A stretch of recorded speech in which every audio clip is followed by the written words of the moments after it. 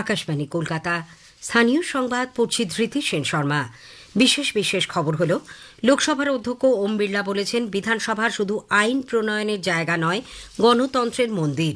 তিনি আজ বিধানসভার নবনির্বাচিত সদস্যদের দুদিনের প্রশিক্ষণ কর্মসূচির উদ্বোধন করেন। অনুষ্ঠান মঞ্চে বিধানসভার আধুনিকীকরণে একগুচ্ছ পরিকল্পনার কথা ঘোষণা করেন মুখ্যমন্ত্রী শুভেন্দু অধিকারী। বিকশিত বাংলা গড়ে তুলতে শিক্ষাক্ষেত্রে কেন্দ্রীয় সরকারের বিভিন্ন বন্ধ থাকা প্রকল্প রাজ্যে শুরু হতে চলেছে বলে কেন্দ্রীয় শিক্ষা প্রতিমন্ত্রী সুকান্ত মজুমদার জানিয়েছেন। রাজ্যে পাটের সহায়ক মূল্য 275 টাকা বাড়ানো হয়েছে। কৃষকদের সুবিধার্থে চালু করা হয়েছে পাট মিত্র অ্যাপ। মুখ্যমন্ত্রী শুভেন্দু অধিকারী আজ উত্তরবঙ্গ সফরে সেখানকার উন্নয়নে বেশ কিছু কর্মসূচির কথা ঘোষণা করেন।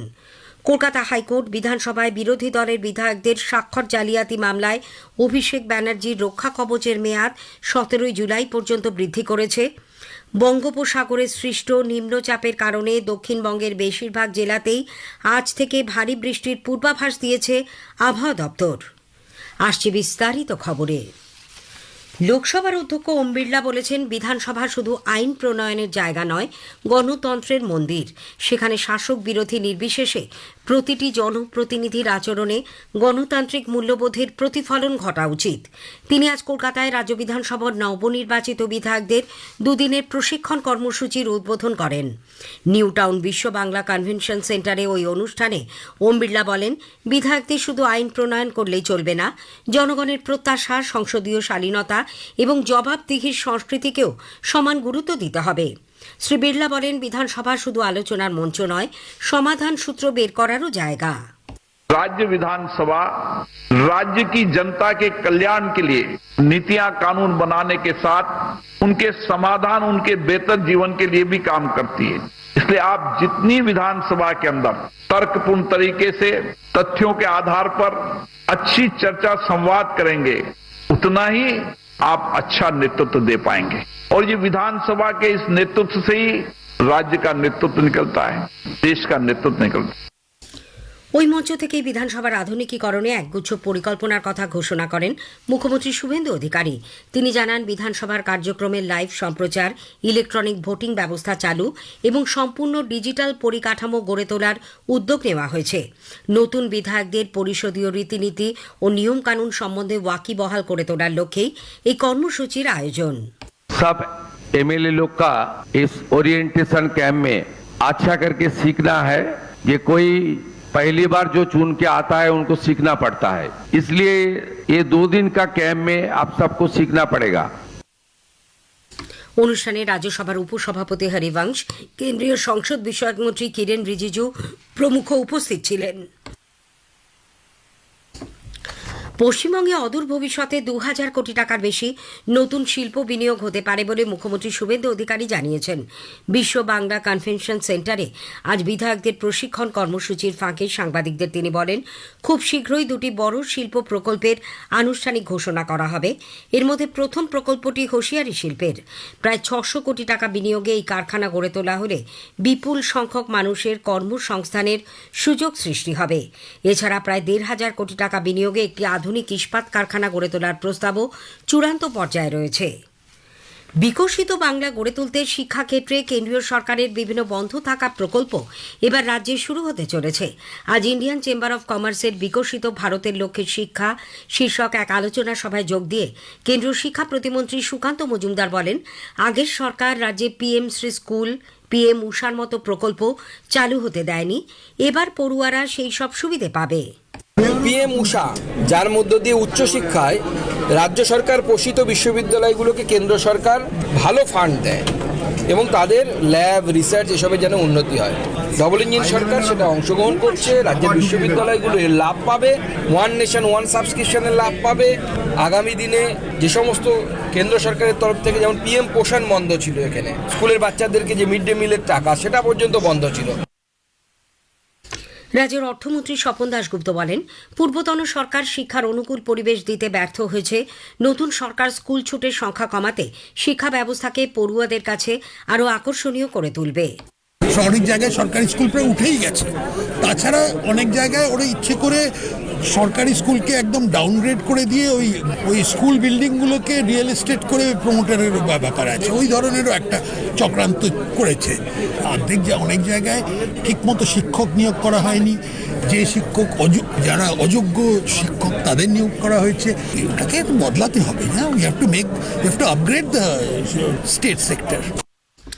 কলকাতায় রাজ্য সরকার পরিচালিত স্কুলগুলিতে মিড ডে মিল প্রকল্পে রান্না করা খাবার দেওয়ার দায়িত্ব ইসকনকে দেওয়ার সিদ্ধান্তের বিরুদ্ধে কলকাতা হাইকোর্টে জনস্বার্থ মামলা দায়ের করেছেন আইনজীবী শীর্ষানু বন্দ্যোপাধ্যায়। মামলায় দাবি করা হয়েছে, বর্তমানে মিড ডে মিল প্রকল্পের সঙ্গে যুক্ত একাধিক স্বনির্ভর গোষ্ঠী এর ফলে ক্ষতিগ্রস্ত হবে।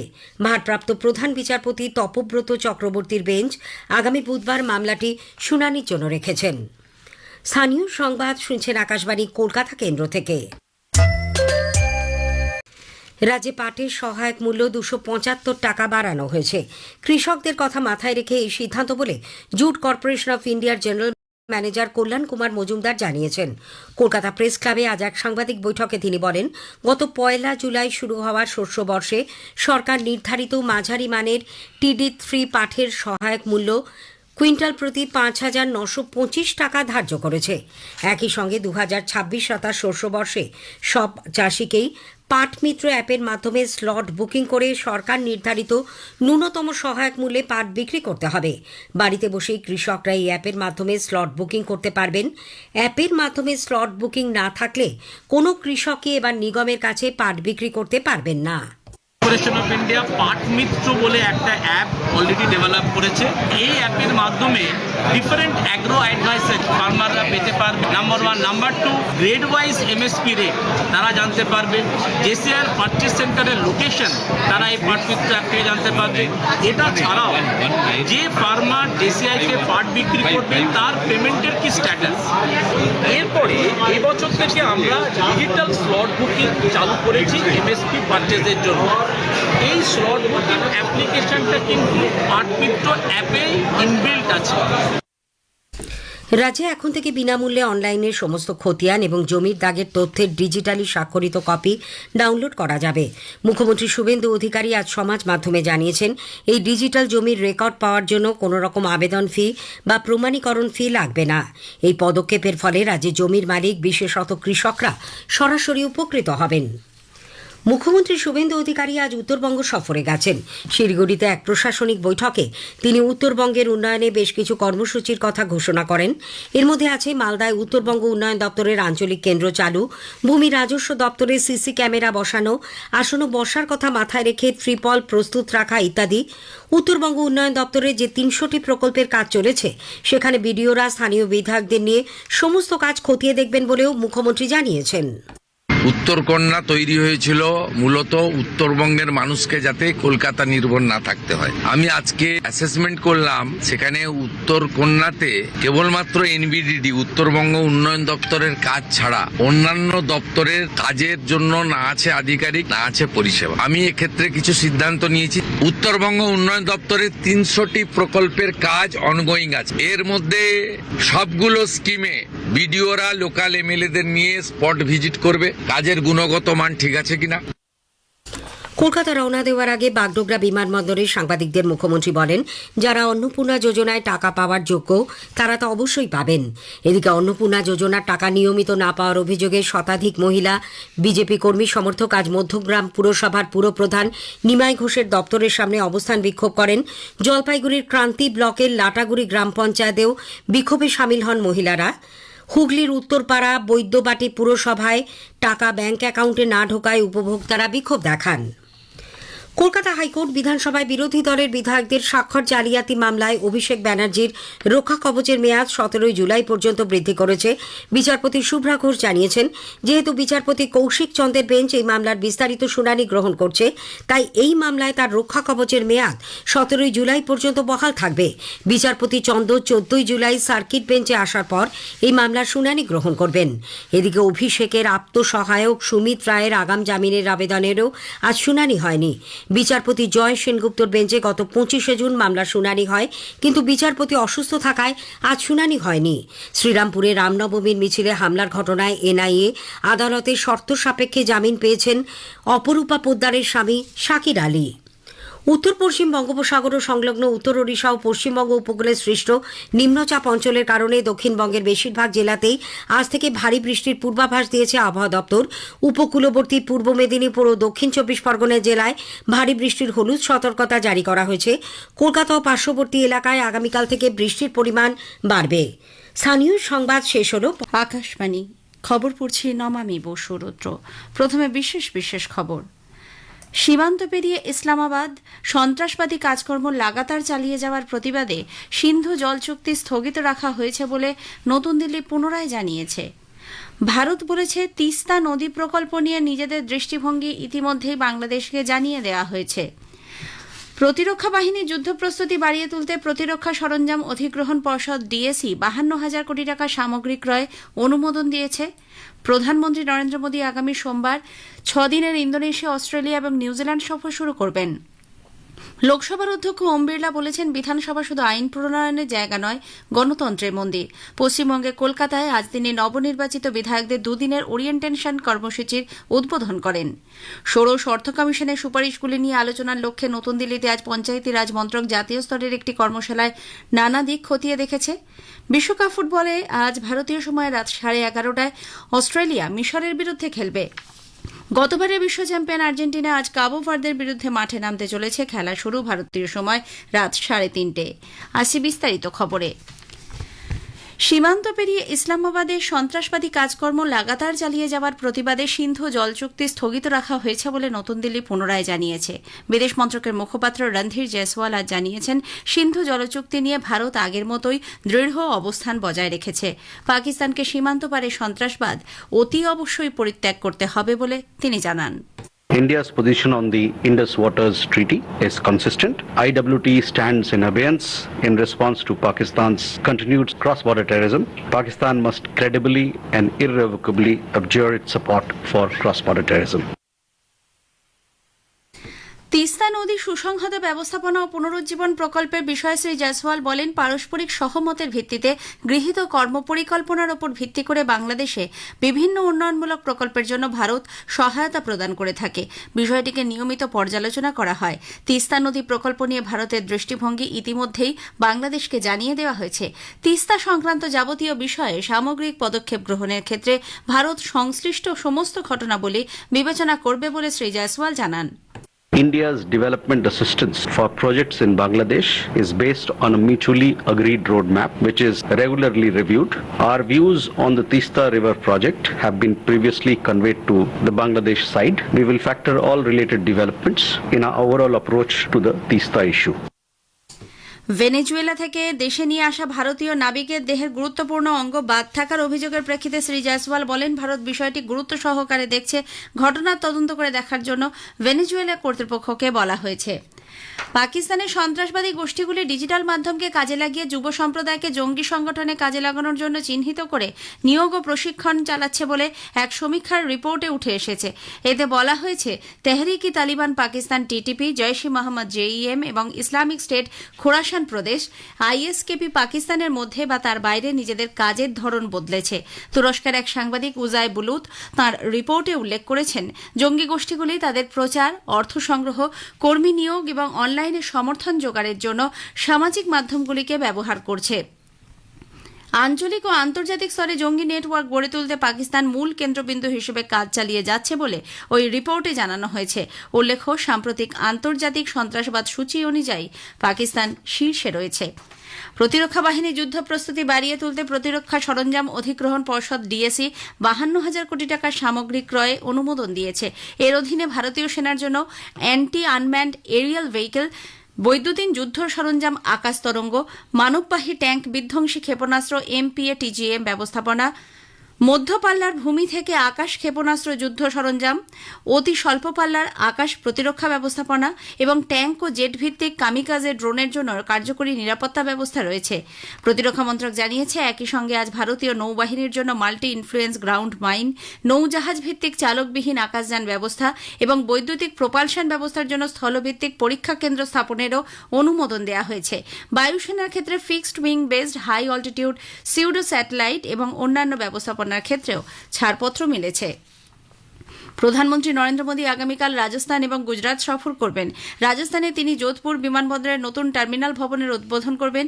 480 কোটি টাকা নির্মিত এই টার্মিনাল দিয়ে বছরে 20 লক্ষ যাত্রী যাতায়াত করতে পারবেন। যোধপুরে প্রধানমন্ত্রী সংশোধিত উড়ান প্রকল্পের সূচনা করবেন। আগামীকালই সন্ধ্যায় প্রধানমন্ত্রী যাবেন গুজরাট। সেখানে সানন্দে CG semi outsource semiconductor assembly and test ফেসিলিটির সূচনা করবেন তিনি। এর মাধ্যমেই ভারতে সেমিকন্ডাক্টর উৎপাদনের নতুন দিগন্ত উন্মোচিত হবে। এই প্রকল্পের জন্য 7,500 কোটি টাকা বিনিয়োগ করা হয়েছে। প্রধানমন্ত্রী আগামী সোমবার 6 দিনের ইন্দোনেশিয়া, অস্ট্রেলিয়া এবং নিউজিল্যান্ড সফর শুরু করবেন। নতুন দিল্লিতে আজ সন্ধ্যায় বিদেশ মন্ত্রকের পূর্বাঞ্চলীয় সচিব রুদ্রেন্দ্র ট্যান্ডন জানিয়েছেন, আগামী 6 থেকে 8 জুলাই শ্রী মোদী ইন্দোনেশিয়া থাকবেন। তাঁর কর্মসূচি মূলত জাকার্তাতে হলেও শ্রী মোদী সাংস্কৃতিক ও ঐতিহাসিক শহর জোগ্যাকার্তায় যাবেন। সেখানে শ্রী মোদী পরমবানান মন্দির ঘুরে দেখবেন। শ্রী ট্যান্ডন জানান, ভারত ও ইন্দোনেশিয়া সেখানে যৌথভাবে সংরক্ষণমূলক কাজ করবে। এদিকে সফরের দ্বিতীয় পর্যায়ে প্রধানমন্ত্রী মোদী আগামী 8 থেকে 10 জুলাই যাবেন অস্ট্রেলিয়ায়। সেখানে পৌঁছে শ্রী মোদী মেলবোর্নে তৃতীয় ভারত অস্ট্রেলিয়া বার্ষিক শিখর সম্মেলনে যোগ দেবেন। গুরুত্বপূর্ণ খনিজ, সাইবার নিরাপত্তা, সরবরাহ শৃঙ্খল, উদ্ভূত প্রযুক্তি এবং অন্যান্য নানা ক্ষেত্রে দ্বিপাক্ষিক সম্পর্ক বাড়িয়ে তুলতে সম্মেলনে আলোচনা হবে। অন্যদিকে সফরের শেষ পর্যায়ে চলতি মাসের 10 থেকে 12 তারিখ পর্যন্ত নিউজিল্যান্ড সফর করবেন শ্রী মোদী। সে দেশের প্রধানমন্ত্রী ক্রিস্টোফার লুস্কেনের সঙ্গে বৈঠক করবেন তিনি। 40 বছরের মধ্যে এই প্রথম কোনো ভারতীয় প্রধানমন্ত্রী নিউজিল্যান্ড সফর করবেন বলে পূর্বাঞ্চলীয় সচিব জানিয়েছেন। অপারেশন আমিস্টাডের আওতায় ভূমিকম্প বিধ্বস্ত ভেনেজুয়েলায় ভারত তার মানবিক সহায়তার পরিমাণ আরও বাড়িয়েছে। চিকিৎসা সেবা ও ত্রাণ পাঠানোর বেশ কিছু ছবি সামাজিক মাধ্যমে ভাগ করে বিদেশ মন্ত্রক জানিয়েছে, ভেনেজুয়েলার ক্ষতিগ্রস্ত জনগণের জন্য ভারতীয় সেনাবাহিনীর ফিল্ড হাসপাতাল ধারাবাহিকভাবে চিকিৎসা পরিষেবা দিয়ে যাচ্ছে। অন্যদিকে ভেনেজুয়েলায় নিযুক্ত ভারতীয় দূতাবাস জানিয়েছে, ভারতের মানবিক ত্রাণ কর্মসূচি, পেশাদারিত্ব ও সেবার মানের জন্য সেদেশের সাধারণ মানুষ ব্যাপক প্রশংসা করেছেন। এ খবর আপনারা শুনছেন আকাশবাণী থেকে। বিধানসভা শুধু আইন প্রণয়নের জায়গা নয়, গণতন্ত্রের মন্দির। সেখানে শাসক বিরোধী নির্বিশেষে প্রতিটি জনপ্রতিনিধির আচরণে গণতান্ত্রিক মূল্যবোধের প্রতিফলন ঘটা উচিত। কলকাতায় আজ রাজ্য বিধানসভায় নবনির্বাচিত বিধায়কদের দুদিনের প্রশিক্ষণ কর্মসূচির উদ্বোধন করে লোকসভার অধ্যক্ষ ওম বিড়লা এই মত প্রকাশ করেন। নিউ টাউন বিশ্ব বাংলা কনভেনশন সেন্টারে আয়োজিত ওই অনুষ্ঠানে শ্রী বিড়লা বলেন, বিধায়কদের শুধু আইন প্রণয়ন করলেই চলবে না, জনগণের প্রত্যাশা, সংসদীয় শালীনতা এবং জবাবদিহির সংস্কৃতিকেও সমান গুরুত্ব দিতে হবে। আজকের অনুষ্ঠানে শ্রী বিড়লা বাংলার গৌরবময় ঐতিহ্যের কথাও তুলে ধরেন। बंगाल की विरासत जो गौरवपूर्ण है, उस विरासत को भी पुनर्जीवित करते हुए आधुनिकता के समय नए युग की तरह 2047 तक विकसित भारत के सपनों को साकार करने के लिए बंगाल को विकसित बनाने का, बंगाल को सांस्कृतिक पुनर्जागरण, बंगाल को उद्योग व्यापार की दृष्टि से बेहतर बनाना, समाज के अंतिम व्यक्ति के जीवन को बदलने के लिए आप सब मिलकर काम करेंगे। ষোড়শ অর্থ কমিশনের সুপারিশগুলি নিয়ে আলোচনার লক্ষ্যে নতুন দিল্লিতে আজ পঞ্চায়েতি রাজ মন্ত্রক জাতীয় স্তরে একটি কর্মশালার আয়োজন করে। মন্ত্রক জানিয়েছে, ষোড়শ অর্থ কমিশনের অধীনে গ্রামীণ সংস্থাগুলির জন্য 4,35,236 কোটি টাকা বরাদ্দ করা হয়েছে, যা আগের অর্থ কমিশনের তুলনায় প্রায় 84% বেশি। ডিজিটালি দক্ষ, অর্থনৈতিক ক্ষমতাসম্পন্ন এবং দায়বদ্ধ পঞ্চায়েত গড়ে তুলতে ভারত বিকশিত দেশ গঠনের লক্ষ্য পূরণে এগিয়ে চলেছে বলে মন্ত্রক জানিয়েছে। পঞ্চায়েতি রাজ মন্ত্রী রাজীব রঞ্জন সিং জানিয়েছেন, ষোড়শ অর্থ কমিশনের মূল অর্থ অনুমোদনের 80% পঞ্চায়েতগুলির জন্য বরাদ্দ করা হয়েছে। বাকি 20% কাজকর্মের অগ্রগতির নিরিখে বরাদ্দ করা হবে। অন্ধ্রপ্রদেশে উৎপাদিত তোতাপুরি আম চাষে উদ্ভূত সমস্যার মোকাবিলায় কেন্দ্রীয় কৃষি ও কৃষক কল্যাণ মন্ত্রী শিবরাজ সিং চৌহান ভারতীয় কৃষি গবেষণা পরিষদ ICAR-কে এক উচ্চ পর্যায়ের কমিটি গঠনের নির্দেশ দিয়েছেন। তথ্য সম্প্রচার মন্ত্রক 2026-এর টেলিভিশন রেটিং পলিসির অধীনে লাইসেন্স পুনর্নবীকরণ না হওয়া পর্যন্ত নিউজ এবং নন নিউজ ঘরানা চ্যানেলগুলির টিভি রেটিং প্রকাশ না করার জন্য ব্রডকাস্ট অডিয়েন্স রিসার্চ কাউন্সিল বার্ককে নির্দেশ দিয়েছে। মন্ত্রকে চালু করা নতুন রূপরেখা অনুযায়ী লাইসেন্স পুনর্নবীকরণ করা না হলে এই রেটিং প্রকাশ করা হবে না। বিশ্বকাপ ফুটবলের রাউন্ড অফ 32 ম্যাচে আজ অস্ট্রেলিয়া মিশরের বিরুদ্ধে খেলবে। আর্লিংটন স্টেডিয়ামে খেলা শুরু হবে ভারতীয় সময় রাত 11:30টায়। এছাড়াও গতবারের বিশ্ব চ্যাম্পিয়ন আর্জেন্টিনা আজ রাউন্ড অফ 32 ম্যাচে কাবো ভার্দের বিরুদ্ধে মাঠে নামতে চলেছে। মায়ামি স্টেডিয়ামে খেলা শুরু ভারতীয় সময় রাত 3:30। শেষ করার আগে খবরের বিশেষ কিছু অংশ আরও একবার। সীমান্ত পেরিয়ে ইসলামাবাদ সন্ত্রাসবাদী কাজকর্ম লাগাতার চালিয়ে যাওয়ার প্রতিবাদে সিন্ধু জল চুক্তি স্থগিত রাখা হয়েছে বলে নতুন দিল্লি পুনরায় জানিয়েছে। প্রতিরক্ষা বাহিনী বাহিনীর যুদ্ধ প্রস্তুতি বাড়িয়ে তুলতে ডিএসি 52,000 কোটি টাকার সামগ্রিক ক্রয়ে অনুমোদন দিয়েছে। প্রধানমন্ত্রী নরেন্দ্র মোদী আগামী সোমবার 6 দিনের ইন্দোনেশিয়া, অস্ট্রেলিয়া এবং নিউজিল্যান্ড সফর শুরু করবেন। খবর শেষ হলো।